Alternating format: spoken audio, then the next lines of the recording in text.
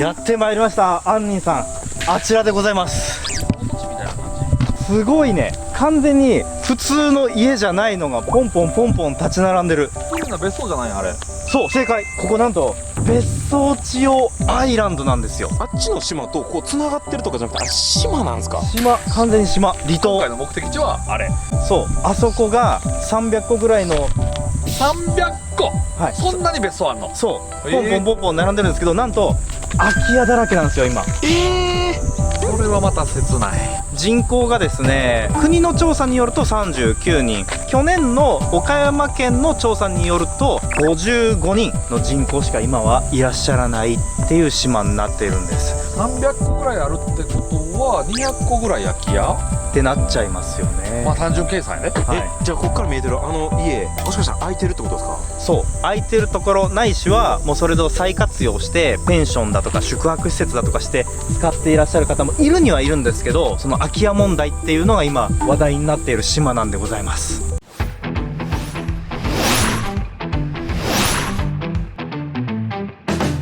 さあ今から行くのがこの瀬戸内海の橋でございます。島に渡ります。島に渡る。どこ行かされるんですかこれ？すごいでもいい景色を、今右側見たらほら海です。いろんな島々が連なってます。この小さい島々もですね、有人島で人が住んでらっしゃるんですよ。でそっからさらにフェリーに乗ってフェリーでしか行けない有人島に行きます。開けた、瀬戸内海や。うわー、断崖絶壁の島々がいっぱいありますね。あれなんすか？これ今ズームして見えるかな。うわー、なんか家がめっちゃ建ってる、斜面上に。まさかあそこに船ではいかんでしょ。まず道つながってるんでしょ。こっちでしょ。こっちでこんなとこないなって見れるんでしょこのまま。まあジョイさん、船が苦手なのは分かりますが、船です。船であそこまで行きます。船だけしか手段がないわけですか？マジで？着きましたジョイさん、ここが船着き場でございます。何船乗るんですね。はい、チャーターしてます。チャーターしたんですか？予約済みでございます。逃げられません。用意周到っすね。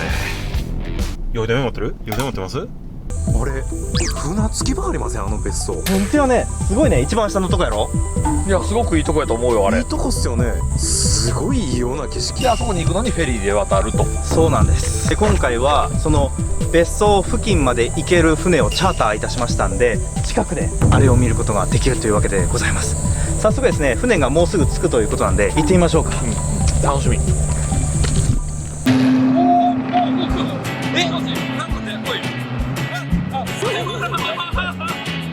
これ乗れる。これ弱いやろ。心の準備をしてないんですけど、船長が今から出発するよって何もなしにいきなり出発したよ。それ自動でビャーってなって上司本当不要で連れてこられたらちょっと待って、今やったら戻してもらえます？いや無理。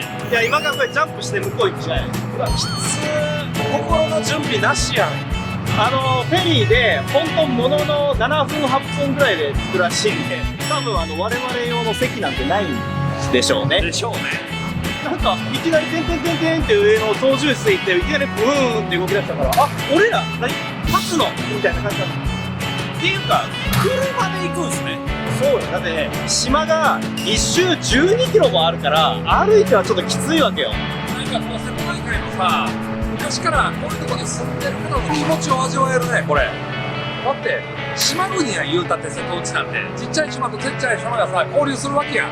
こんなんで小学校とか行っとったりするわけやね。そうですね、この前の豊島のおじいさんもそんなこと言ってましたよね。病院に行ったりするのにも多分船何するのにも船だから、そういう風なのを今味わえてる感じ。こんな船に酔いとか酔わへんとかもう聞こえてたら大丈夫やってどうでもこの船大丈夫かもしれん。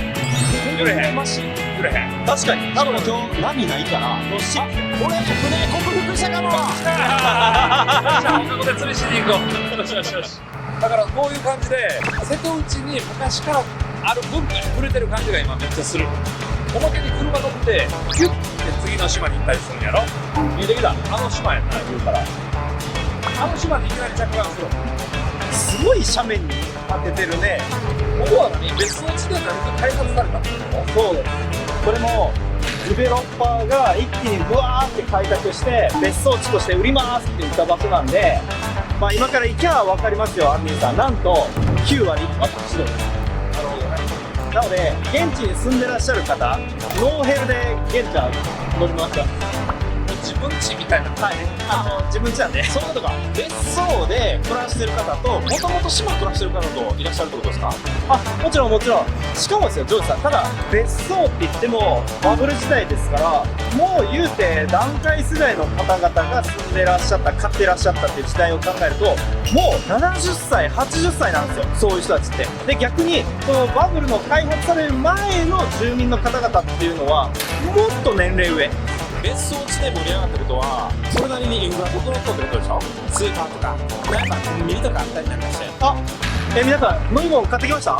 飲み物買ってきました？できてない。お水買ってきました？いいよ。小銭だけ持ってきた。携帯トイレ買ってきました？小銭だけ持ってきた。何も準備してないんですよ。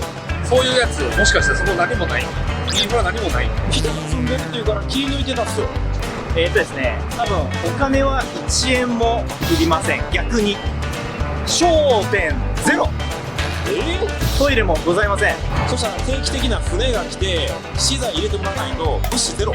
そう唯一運営しているのは先ほども言いました民泊民宿とかっていう宿泊施設のみ、飲食店なし。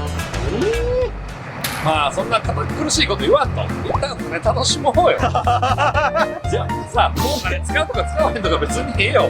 この船になんか乗ってること自体なんかちょっと違和感あってすっごい楽しいねんけど。アイさん、俺でも船苦手やけど一番手前に見えるやっぱり船がつくところがある家魅力的。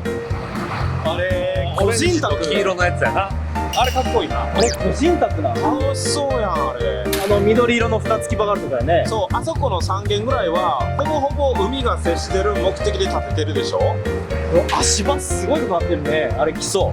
あそこ空いとったら買うか。あれいいやん。うちら明石やん。明石から船でこっちに来れるやん。30分かけたら行くか。でも今ちょっと波出てきたっすね。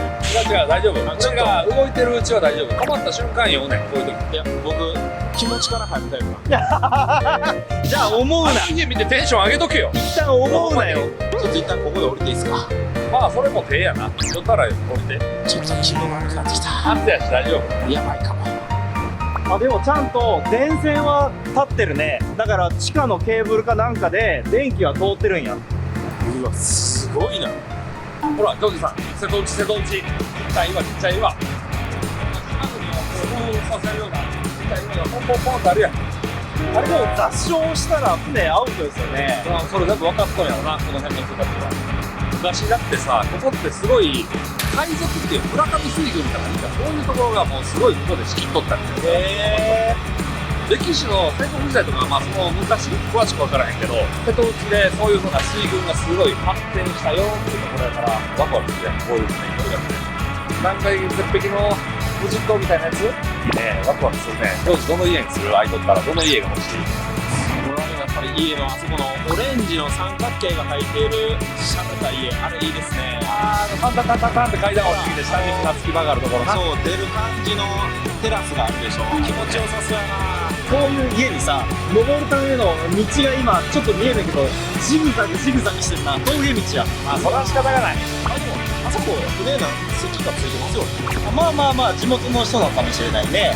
うわすげえ別荘地なんや。すごいな。こうやって個人棟みたいなとこにポンポンポンポンポンポンって家だけがかかってたらちょっとなんか違和感感じるけどな。なんかもう普通じゃないというか。だって普通に漁船の町っていうとあっちですよ。今我々が出港した場所っていう漁港周辺に家がブワーッと並ぶはずなのよ。漁業で栄えてる町って言ったら、それに比べて山の中に家がパラパラパラってめっちゃ珍しいはずなんですよ。全部の家が見晴らしよく設計されてるね。そう、ここのエリアだけかと思ったらこっちもっすね。そうやで。だって300あるんやからね。島全体がそれで盛り上がったってことなんですね。そういうことやね。いきなり高いところに行けって言うから頂上行くで。なんせね、Google マップさんも入ってない島なんで全く道が分かんないんですよ。航空写真を見ながら行こう。こっちちょっと落ちたら海やん。取れない土地はやっぱり上空でしょ。これちょっと待って、ただ傾斜角度何度よこれ。大丈夫。お邪魔しまお邪魔しまあーすごい登る。す。別荘地か憧れるな。でもほとんど飽きないやろ。めちゃくちゃ細いの見て。これはやばいやばいやばいやばい。うわあ、いけるんや。ー、今思いっきり背もたれに背中がひっついてます。これはやばいやばいやばいやばいやばい傾斜やで。やばい。あ、ホイールスピンしてるってタイヤが。やばいよ。アニーさん、一足入れました。アニーさん、はい。大丈夫ですか？アクティスに言ってあげて。アクセル全開です。アクセル全開これ。怖っ。恐ろしい。登れた。すごい急斜面やな。普通に降りるときちょっと危ないから気をつけような。苔とかが生えとったら滑るで。気を引き締めていこクロスの大変やな。マリさん、ガードレールないっすよ。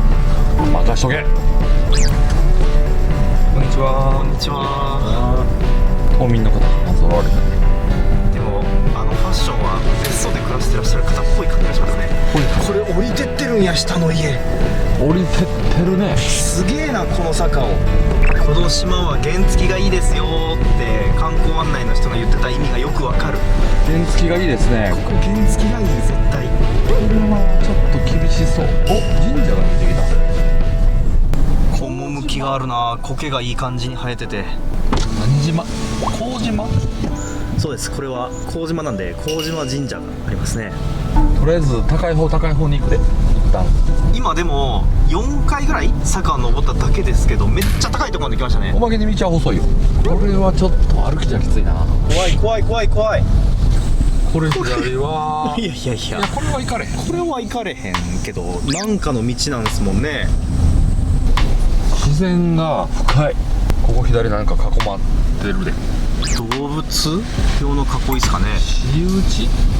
なんかすごい廃棄物いっぱいされてるな。廃棄物じゃないか。誰かが使った後なのか。まあ、わからないですね。わからこれはないね。今までの限界ニュータウンとはまた違う一風なんか変わった感じやね。なんか時が止まってるぞこの別荘。一応ちょっとしたダムがあるじゃん。貯水池、川が流れてるわ。へえ。ちょっとしたインフラもそういう風に整備されてたんですね。昔からの家やね。これは多分ここに別荘地ができる前の家じゃないかな。そんな感じがしますね。ただもう今や誰も住んでらっしゃらないですね。地区的にはだいぶ古い感じがする。なんか昔からこの島を守ってた人たちみたいな、そんな感じじゃない。この階段はなんだ。これもどっか、ほらなんか、いや、じゃあ上に家ある、別荘がある。そこになんかアーチ状の門があるね。はい、これ人の玄関ですね。これ前にもありますよ、別荘が。これカメラには映らないけどな。これわかる。右側家崩落した後。あ、でもこれ古い家が。古い家。そうですね、もともと原住民といいますか住んでらっしゃった方々の家なんでしょうね。登ります。苔が多いからタイヤのスリップに気をつけてください。早速なんかおしゃれな別荘地が見えてきましたよ。うわー、なんだこれ。本でなんだこれ。住んでる。住んでるのかな。住んでないかな。分からへんな。あ、ちゃんと木伐採して手入れされてるぞ。伐採して穴に掘ってるだけっていう話もあるけどそうですね、邪魔や、ちょっと切ろうみたいな。切って放り投げたっていう、そんな感じ。ここのお家もちゃんと手入れされてるから住んでらっしゃいますね。これまだ。そうやね。ただ住んでるか住んでないかちょっと分からんね。どれがどう別荘なのか全然分からん。でもここはもう放置だ。草が生い茂ってる。おお、話したする。おい、車の外吸った。マリさん、右側これ小学校ですか？おい、嘘やん。あ、そうなん。小学校あるん、ここ。なんか小さいけれども校舎っぽい作り、公民館とかそういうのがあるんだね。三角形の屋根の真ん中に時計ついてる。そうやね。で、昔ながらの家があるんですよ。そっちの斜面登ります。落石がありますね。危ないですよ、気をつけてください。ここもしかしてジムニーとかじゃないといけないのかな。まあ 4WD の方がいいやろな。こんなったらさっきの登り坂ほんまに登らんかったもん。おー、このワゴンある古いね。放置車ちゃうか。放置ですね。とんでもない年数かかってるな、この苔の深いは。この上の家は住まれてないのかも手つしれないかずですね。ジグザグジグザグやから次右に行かなあかんねんけど、軽トラがねおるね。これ右は結構きついぞ。からするな。よし、行けた。放置車両が道塞いでます。ナンバーついてません。本当や、ナンバープレートがついてないワゴンある。まあそもそもこの島警察いませんからね。道路交通法というものは存在するのかな。法律はあるけど誰も取り締まらないんでしょうね。信号みたいなのはないんやろね。ないですね。だからここの島で窃盗だとか暴行だとかなんか犯罪が起きたとて警察来ないですね、なかなか。お、やっと別荘らしきまあ綺麗なお家もありますね。まだ感じがする。一応55名の方が住んでらっしゃるらしいですし、別荘地として今これ休日ですから本土の方から来てらっしゃる方もいるんでしょう。うわー景色いいじゃん、すごいすごい。ねえ、この最高の景色、これは元の方に戻っていくのかな。おおいいね。あれ渡った橋が見えてる状態ですか？そうですね。なのでこの別荘地が買いたいっていう人の気持ちはちょっとこの景色を見ると絡んでもないな。いいな。いいとこだな。さあせっかく別荘地来たんやから歩いてちょっといろいろ探検してみよう。やっぱこう斜面に作られとうから支柱があって、それで上に一旦平面水平出してから上に家建てるっていう作りが多いな。そうですよね。ただめっちゃお金かかりそうやけどな、それしたら。兄がなんと当時この辺りもちろん土地と建物含めでいくらやと思います？当時の買い物。このレベルの家やったら5000万とか。いいとこ言った。まあ普通の家3000万でしょ。4000万とか。だってもともとさ土地自体は安いでしょ。ただ基礎から1個上に上げるための水平を出す工事がめっちゃ高そうなんよ。でその上に2階建てとかのああいう感じの、それでも普通の家からしたら結構立派なの建ってるよ、ここね。まあ確かに土地が単価がすごい高いかって言われたらそうではないんですけど、100坪とかあるんですよ。まあそれぐらいはあるやろね。普通に50じゃちっちゃいわでしょ、この辺でしょ、なんなら100から150ぐらいありそう、なのでなんと高い逆に1億円。いくぞ。まあコーヒーかかってるかな。だってそれぐらいのレベルの感じはするよ。そうだってまずこの島に運ぶのは絶対船が必要なわけでしょ。機材をトラックにパーツ積んで、さっきの船でこっちに運び込むやろな。で運搬費があってまたさらにこの山の上に運んでこなあかんのでしょ。そうマヒマすごいよ。だっておまけにさ、これジョージ見てみて。なんやったらあれ完成しとうけど、これここが所有地やと思う。これここに看板あるやんか。ほんまや。ちょっとこれモザイクですけど、この土地は人んちや。この傾斜がだからこの傾斜に家建てましょうかっていうのと大して変わらへんから、要は支柱ってつまり何もないところに土地を作るイメージですね。土地を作ったって言ったらいいのかな。いやしかもそれが全部斜面やねん。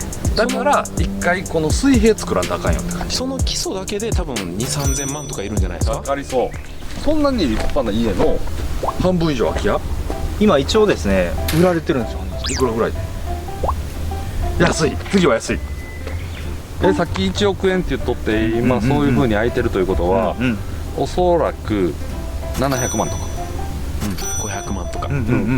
家の築年数はまあそれなりに経過しとうとしてだいぶ価値は下がる。でもまあ土地の値段はそんなにない。でもそこに一応別荘がある。付加価値がもし空き家が多かったらそんなにない。まあ、1000万以下やな。500万正解。なんと200万円。安っ。安っ。買える。買える。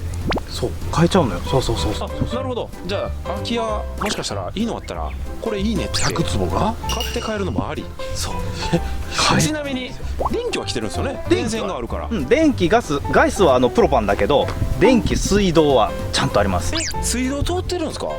200万いいじゃないですか。いいね。下水はちょっとどうなってるかわかんないけど一応普通に暮らすことは可能だそうよ。あちゃんとあるね。ほらほらほらほらほら5メーターあるね。だからこれ教会やから、さっきの人の家の教会やねこれが。はいちゃんとしてます。この私道であることはすごい否めないけど、更地を買うよりかは、まあ、更地っつっても斜面やけど、それ買うよりかは一回建てられてる家を買った方が結構ありかもね。ちなみにスーパーとかコンビニがないって言ってたでしょ。まあそんなものはねいいじゃないですか。もちろん時間があるつまりスーパーコンビニ病院も何別荘地に行くぜ、気合い行くぜ、家族連れて行くぜっつったら食料それなりに買い込んで車で来るイメージですよね。はい自販機もありません。まあでも自然の中ですからね、その辺は我慢しなくてですよね。でも親切夜光るでこれ。これは誰が刺したよ。そう個人的に誰かが刺してるの。でも至る所に水道メーター。おそらく私有地なんや。ここ誰かの家の土地。家の土地。ラオさんちょっと気になるんですよ。これ区画整理されたってことですか。まあ整理って言ったらいいのかな。とりあえず山の斜面誰かにあげるじゃないこれ。こっちにもちゃんとメーターある。だってもともと誰かの持ち物で区画を分けて売りに出してるわけでしょ。そうですね。だからここはそのリゾート開発をさせたディベロッパーの方がこの島のほとんどを買い取りましてですね、とりあえずこの道路だけそのディベロッパーの方がバーンって通して、あとはもうはいどうぞ好きな場所買ってくださいっていう状況。これさ、かなり南国じゃないと咲かへん草じゃない？大陸の方じゃ見ないですよね。だってこれ奄美大島とかそっち系の葉っぱじゃないこれ。それを言ったらあれですよ、アンニーさん、くるっと回っていただくとですね、向こうにヤシが見えますよ。人為的に淡シの木植えてるんじゃない？景観のために。そうですよね。大きいトカゲとかいないですか？大丈夫ですか？どうなんだろうね。コモドドラゴンとかおりそうだな。わかんないね。この島特有の何かみたいなのいそうやね。自然に囲まれて超いいね。めちゃくちゃ景色いいな。ここに来る方法は一応2通りありまして、日生駅から出てくる人だけを運ぶフェリーと、今我々が来ました、頭島という島があっちにありましてですね、その頭島からフェリーなので、フェリーかフェリーで来ることもできます。今さっき橋渡るまでに来た道のあの駅があれ日生駅あっこでしょ。そうあの景色を見てて対岸でうわすごい別荘だって言ってる建物がこれなんや。そう今見ました、ジョージさん、神戸ナンバーでございます。つまりここが住民票じゃないです。別荘地に住まわれてらっしゃる、もう今老後をゆったり暮らされてらっしゃる老夫婦の方々でしたね。今その55名ここに住んでらっしゃるって方々がいるらしいんだけども、そのうちの何名がもともとこの島出身で何名が移住した方々なのか、ちょっと興味あるね。これはなんで木を切り倒して向こうにやってるんやろな。これせり出してたんじゃないですか、道路側にこの木たちが。ちっちゃいこんもりした木っぽい緑の木は後で植えてる感じせえへん。これはあれですね、アンナさん、新しく芽が生えてますね、その切った後の新芽から。そうここ整備されとうよな。木全部切ってなんか間引きされて結構なんか綺麗。そうですね、今見えてるこの前の家とか後ろの家とか、この辺り住んでらっしゃいますもんね、人が。でも木ってさ切りすぎたらどうしても崩れする。そうですね。木の根っこがなんだかんだ言ってその水が流れてくるこれを土の中で止めとうって話するもんな。兄さん、これもしかして車止めるために削ったんですかね。削ってますね。これはすれ違い用って言ったらいいのかな、今我々降りてきましたけど、すんごい高いとこから降りてきたね。ですね。なんか40メートルぐらい降りてきたっすね。だからこういう斜面に道がジグザグジグザグって作られと1ジグザグしただけで40メーターぐらい下がってくる。ジグザグの間の土地を家用として売ってるのは初めて見たけどな。だってさっき降りてきたジグザグがあそこに見えてる道ってことでしょ。今目の前のあの家が多分ジグザグの上の家。そうで、しかもこれが住宅用の斜面で、今見たこの斜面のところ、これ多分人の土地ってことですよね。車に戻って逆の海行ってみて。そうですね。行きましょう。電波はありますね。おってことはアンテナ立ってるね。アンテナが島に立っている。そうそうそう。だからインターネットで仕事される方やったら十分に過ごせる。なるほど。 Wi-Fi が引けるってことだよね。ちなみに光ケーブル来てるから、どうなんでしょうね。だよね。光とかは海の中をパイプで通さなあかんのじゃない。そうそう。あでもこういう風にこう木を切ってるところって言ったら見晴らしよくていいな。一応さっきポストもちらちらとあったんで、いわゆる郵便限界島ではなさそうだね。次あっち側の一番上の山頂行ってみようか。あれすごいっすね。またすごいとこあるな。多分下から見た時にあそこの一番上のところがこの島で高く見えた。だからとりあえず車であそこ目指してみよう。あのてっぺんの建物すごいところにあるな。またラマ君売り土地の看板隠れてません？なんかこの排水パイプで。この壁変えるで。壁この上の壁。そうですよね、これ崖ですよね。今のどこが売り物件なんですかっていう謎の看板でしたね。これさっき見た山頂やで。来た来た来た来ほらた。これ山頂。これ住んでらっしゃるんちゃう？来た来た。住んでらっしゃいますね。普通に生活の跡がある。この辺りはどうなんだろう。急斜面。これは急斜面ですね。これもう一気に漁港まで行っちゃうね。漁港まで行ったらこの斜面で上がってこないといけなくなっちゃうね。なるほど。下に 2,3 軒ほどでも別荘あるんですね。ここまた行ってみる？でも途中で運転できんかったらややこしいよ。行っちゃうの。行っちゃったね。行っちゃった。まあさすがに下の方が U ターンする場所はあるんでしょうよ。家見えてきた。すげえ、こんな斜面に皆さん家建てるんだな。おしゃれー。おしゃれやな。うわ、向こう側、向こう側もすごいわ。別荘島やね。本当にまさしく別荘アイランド。あ、U ターンポイントある、ちゃんと。作ってくれてるね。これは降りられへんでしょ。あかんあかんあかん。これは降りたらあかんでしょ。下にまだこうズームするとですね、家があるんですよね。どうやって行ってんの下の人たち。ちょっと U ターンポイント止めて歩いていってみる。そうですね。すげえいい景色だ。いい景色。結構スーモで見たけどさ、300万までぐらいの家たちがいっぱい並んどったやんか。どれかこの辺で売ってる家とか探せるんじゃない？ありそうですねただたどり着くの結構たどり着けなさそうやで。だってなんて言ったってスーモに出とった映像、ドローンの映像ばっかりやったやん。そうですよね。こんなのある？声が聞こなんか賑やかで楽しそうな声聞こえますよ。ちなみにですね、この島海水浴場あるんですよ。そうなんや。える。子供たちが泳いでる別荘や。本当の別荘としてるわ。いいじゃないですか。すごくいいね。お前すごいすごいすごいでかっ。何あのお城みたいな家、すごいね。あれも別荘やね。でもなんかアーニーさんちょっとあっちは楽しそうですけど、こっちはちょっと楽しくなくなってきましたよ。放置した家とかによく生えてくるやつ。針葉樹ね。これは車で混んでよかったな。これは無理だ。多分えらいこれはバイクでも来れないし、多分ですけど普段から誰も来てない気がするな。ここれ苔生えとったら俺滑るからほんま。れ伝わりにくいですけど45度ぐらいあるんですよ。こ決してかっこ悪い歩き方しとるわけちゃうで。れ危ないわ。この家空き家ですね。階段のとこすらも穴が開いてる。なんかだって来れへんもん車で。でもさ、車庫があるのよ。シャッターここ45度やって。これすごい角度でしたよ。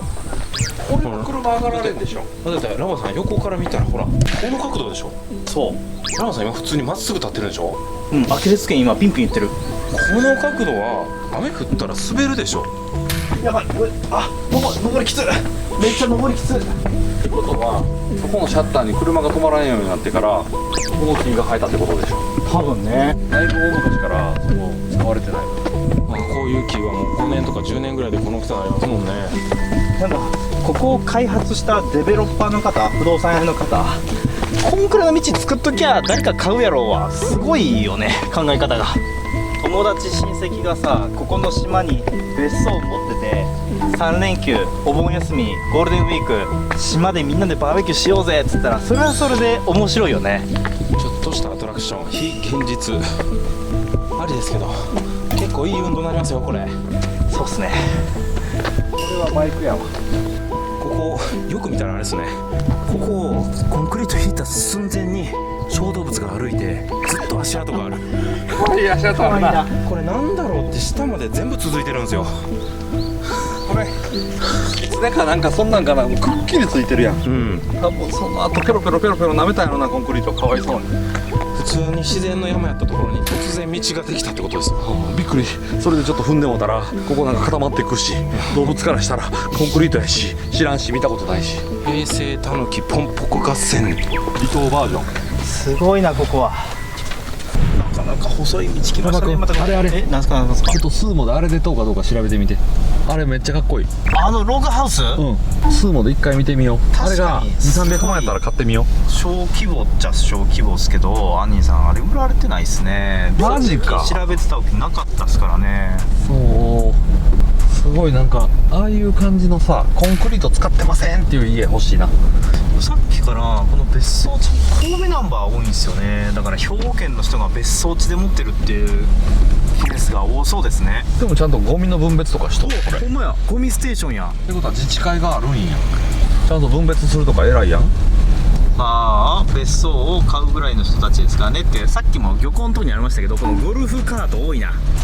いやーでもこれ分かるけど、ゴルフカートが原付かいると思うで。ただゴルフカートでも登られへん山結構あるはずやで。これ斜面きつかったもん。見てあそこすごいなんかもうすげえ。例え方は悪いかもしれへんけど、谷市これも基礎長っ。基礎長いね。とんでもなく長いな。お、住宅地に来た。住宅地ですね。はい、そうですね。かさ上げされてるけど住宅地。でもまんまとやっぱりもう車検取ってない方いらっしゃいますね。ナンバーない車がナンバーないですね。ほら基礎できてる。これ苔すごいなこれ。家の建ってない基礎、これ建物なし？建物なしやから一旦分譲しようとしたんやろな。ここまで作っといて。作っといて、あらそうなの。それか上に一回家建ってその後壊れたんかもしれんけどな。ちょっといきさつは分からへんけど、ナンバープレートがほぼほぼないですね、ここの区画。これがちょうど今南側の島の端っこの方にやってきたけどもゴルフカート出てきた。ゴルフカート率高いね本当に。気持ちはわかる。ゴルフカートに乗りたい。お、漁港に降りてきた。これは別荘地じゃないんじゃない？南側はほら昔からある家で、これこれはいわゆる別荘ではないですね。元からここに住んでらっしゃる方の家。すごいすごいご立派じゃないですか。これ道もうないんじゃない？南側の道はおそらくもう終わるはずやで。うわすげえとこにまた家あるなこれ。こっからあそこ上まで登るってことやで、車で。これいや無理だな。スルーしたんやって、この道なるほど。大車では無理ですね。でしょ。じゃあどうしてんのみんな。さっきの道を上がらなければいけなかったんですが、もしかして逆から上がれるかな。家があるということは行けるということでしょう。これおおすごい。上がりきれません。多分すごい急斜面で登るんやと思うね、これ。当時のディベロッパーの方すごいな、それにしても。これスタックするんじゃない？右に急に曲がるけど。曲がれ。お、いいね。やれしすごいやん。登れたよ。これをあと123往復下がるのですね。そう、これももう一発左にスタックしないことに乗って曲がって。狭すぎて曲がれね。やば。頑張れヤリス。これやっぱりジムニーみたいなやつの方がこう乗りやすいんやろ。こういう斜面とか道には。漏れなく県外ナンバーなので、おそらくですけど別荘で買われてらっしゃる方ってことですね。まあおしゃれだな。でもこの家も。やば、あの頂上空き家じゃないか。違う？わからないですね。ここ道車通った形跡ないよ。で原付とかで行かれる方もいらっしゃいますからね。ちょっと歩こうか。なんじゃここすごいな。これ多分家ここに建てる用の基礎だねこれ。ちょっとかさ上げした場所な。じゃあ家建ったらこの景色ずっと見れるんや。ちょっと気づいてなかったけど、そこの下売り物件。ここもね。いいやんいいやん。あそこの並びの別荘地群たちなんてみんな同じ感じでポンポンポンポンと縦並びに家建ててるもんね。あそこ固まってますね。見ての通り住んでらっしゃらない放置の場所結構あるね、何個かやっぱり。ひょっとしたらあの上も放置かもよ。だってここさっき通った道車通れる気配なかったよ。ラマさんでもここまで電線を引っ張ったんですね。すごいよな。っていうかだから家建てたんやで当時は。ちょっと上手に回してみよう。ほら道の真ん中にこんなんこっから先多分誰も最近行ってないよ。でもなんか売り物件のサイトの中にこれ載ってなかったですね。ひょっとしたら持ち主がさ、まだ売ってないけども売ってない。なるほど。放置やけど売ってないっていうのは確かに多そうですね。道が放置されて車で乗り込むことすら諦めたやん今。なんかでもこれなんすか？これ電源引っ張ってますね。今ここ崩落してるわ。ここ危な。ほら、ほんまや。地下に電気売られてるじゃん。それで電気が遮断されたからあれ電気引ってたんかな。かもしれんね。じゃあ幹事さんそこ危なくないですか？危ないね、大雨やしね。これ絶対住んでないってラバー君。住めへんすよね。ほらこれ売ることすらできなくなっちゃったんじゃないですか？もう明らかにこの道放置やん。ちょっと上がってみよう。確かにさっきスーモとかこの島の売り物件情報ってとことかサイトとかいろいろ見たけど、全部かき集めてもだいたい10から20件ぐらいしか売られてないのよ。でもおかしいのよ。全部で300個の家があって住人の皆さんが50人しか住んでらっしゃらないってことは200個ぐらい売られてなきゃおかしいのよ。けど実際売られてるのが20個だけ。サボテン生えとる。マジでほんまや。こういう感じ。植えたのかな誰か。そんな南国ここ瀬戸内でしょ。入るんや。うわ、なんかこの島の中のすごい闇の深いところに入ってきた気がする。うわ、この辺の家全部さ廃墟や。これも廃墟、これも廃墟、さっきの2軒も廃墟、この奥にもまだ1軒ある廃墟。これさ大丈夫なん？これ崩れない？いやこれ危険でしょ。おそらくですけど誰も整備してないから、電線に電気来てたらちょっと危険ですよこれ。このうち階段崩れてますやん。基盤ついてたの？そうっすね。あそこの玄関に登るための階段崩れてる。あ、これか。青色の柱のことだけ。そう、木でできてた階段があったんですよ。しかもアンニさんのその足元のこの大量の落石はどこから来たんですか？わからないのかこちらのお家の基礎の下のコンクリートがもう削れて落ちてんのよ。それ危険じゃないですかそれ。アンニさんあんまり近づかん方がええんちゃいます？な。確かにこれは危ない。これだって頭上は4階建てぐらいの高さまで建物があるわけでしょ。確かに。何が降ってくるか分からへんよ。長いこと放置されてるね、この辺の家は。H コをむき出して錆びまくってるし。これは正直下でさリゾートしててなんかまだ遊んでらっしゃる方も結構おったけど、上の見捨てられた家たちって感じがするな。で道ごと捨てられと思うな、この上の4軒5軒。なんならもうここ売る気なし。今まで見てきた訪れてきた限界ニュータウンシリーズの中で最も道が酷なニュータウンかもしれない。この上の家とかまだ木に汚染されてないからそれなりに住めそうやけど、ベランダボロボロやな。もうベランダ崩落してます。木は腐るんや。だってこの家のさ玄関これやで多分。これ玄関ですよね、そうですよね。階段これやからな。だから松がだいぶ育ってしまっている。でも誰かがリゾートでここに家を建てたってことやもんな。建てた後に多分前のアスファルト崩壊したからもう住まんようになったんじゃない？だって今この歩いてる上にもこれ家が2軒あるわけじゃないですか。これ木が生えすぎて気づかんですよ。いやー、島の中に人間が無理やり作った家が自然に飲み込まれていくっていう感じやするね。まあ元に戻るってだけなんでしょうね。でおお、これか玄関。玄関どれ？何家これなんですか？これこっちのこのお家の玄関？そう上にぐるっと上がってる。そう。家から玄関すごい離れてるんよね。マリさん危険ですよ。マリさんこっちから見たらすごいとこ立ってますよ今。ひび割れてますからね、そこ右足。本当に気をつけてください。危ないね。ここもひび割れてるね。現実は厳しいですね。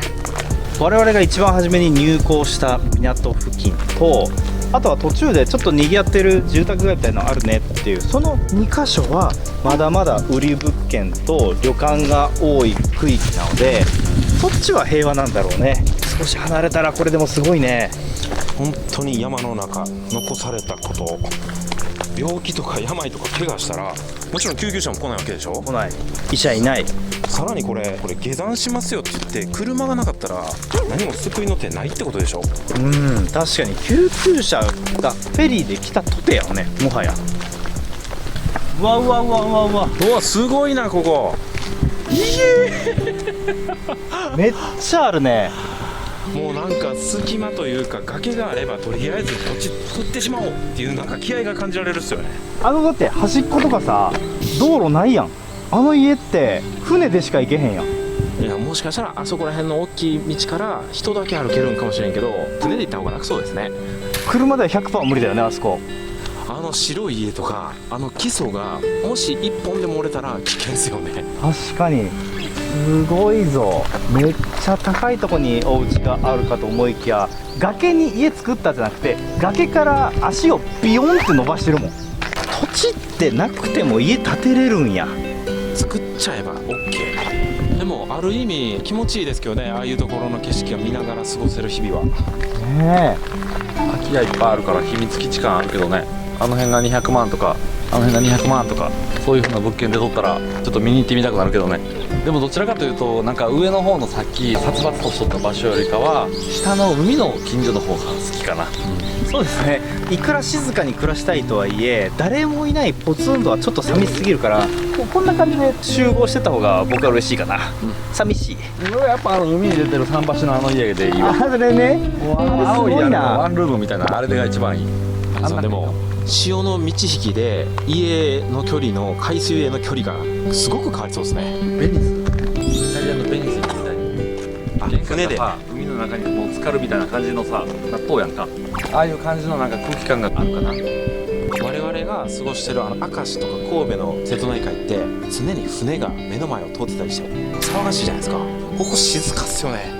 海やからな、どちらかと言ったら。牡蠣の養殖のとこの収穫シーズンは賑やかなんかもしれないけどね。例えば10月とか11月とか。でもいいな、ちょっとそこの辺の海潜ったら意外と魚介類とか多いでしょうね。ラムさん、これ船着き場所、ここセメント、これ船着き場のために流しただけですね。これ上からザバーってやっただけやね。こうなんていうんですか、こう綺麗にするみたいなのなしの。だから言ってるじゃん、ここディベロッパーが開発しただけ、そんな土地ですから。なるほど。まあいや、でもありがたいですね。船着き場になってるんですから。まあ船着き場っていうか、もはやジャンプ台。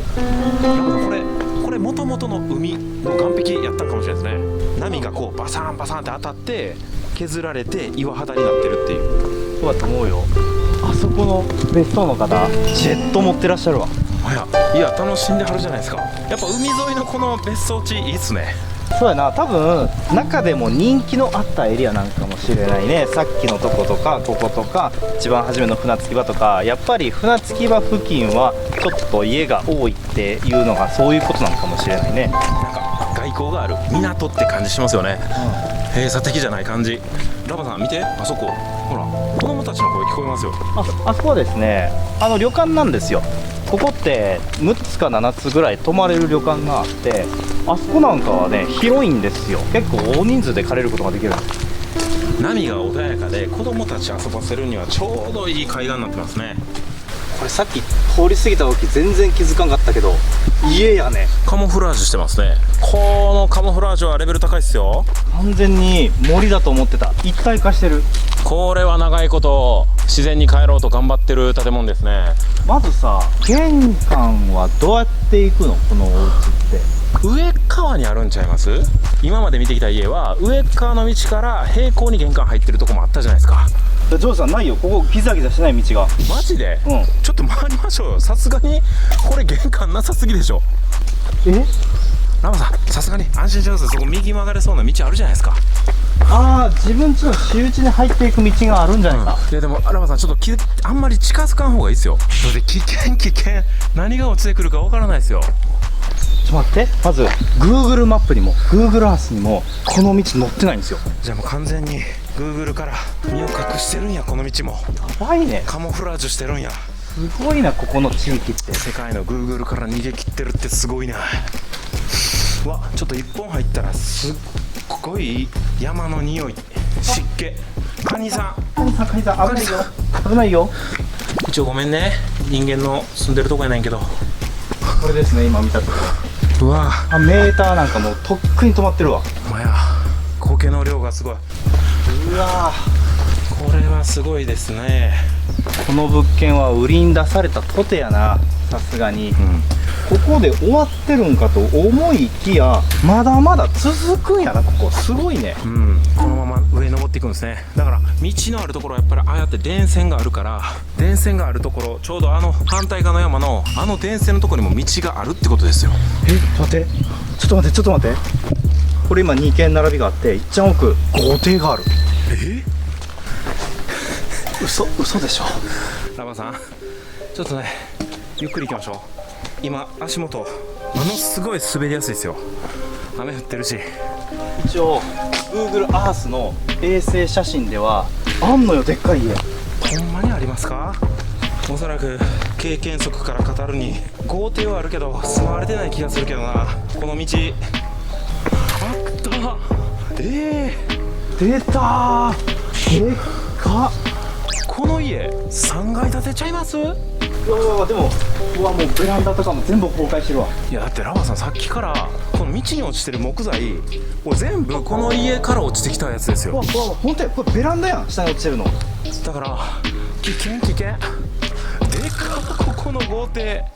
ラバさん、ほんまに右気をつけてくださいよ。すげえ。うわー、立派な。これ個人宅？マジで2階のベランダテラスみたいになってません？1個の商業施設やん、もはや。これは綺麗に維持してたらすっごいいいとこやぞ。この奥バイク捨てられてるよ。わちょっとねこの島来て思った。車とかバイクとかゴルフカートとか放置がめっちゃ多いわ。言ったらそういうインフラは整ってはないわけじゃないですか。まあ、しかも別荘地としてもともと持ってたけどもう通貨はないいらないっていう人からしたら放置しちゃうよね。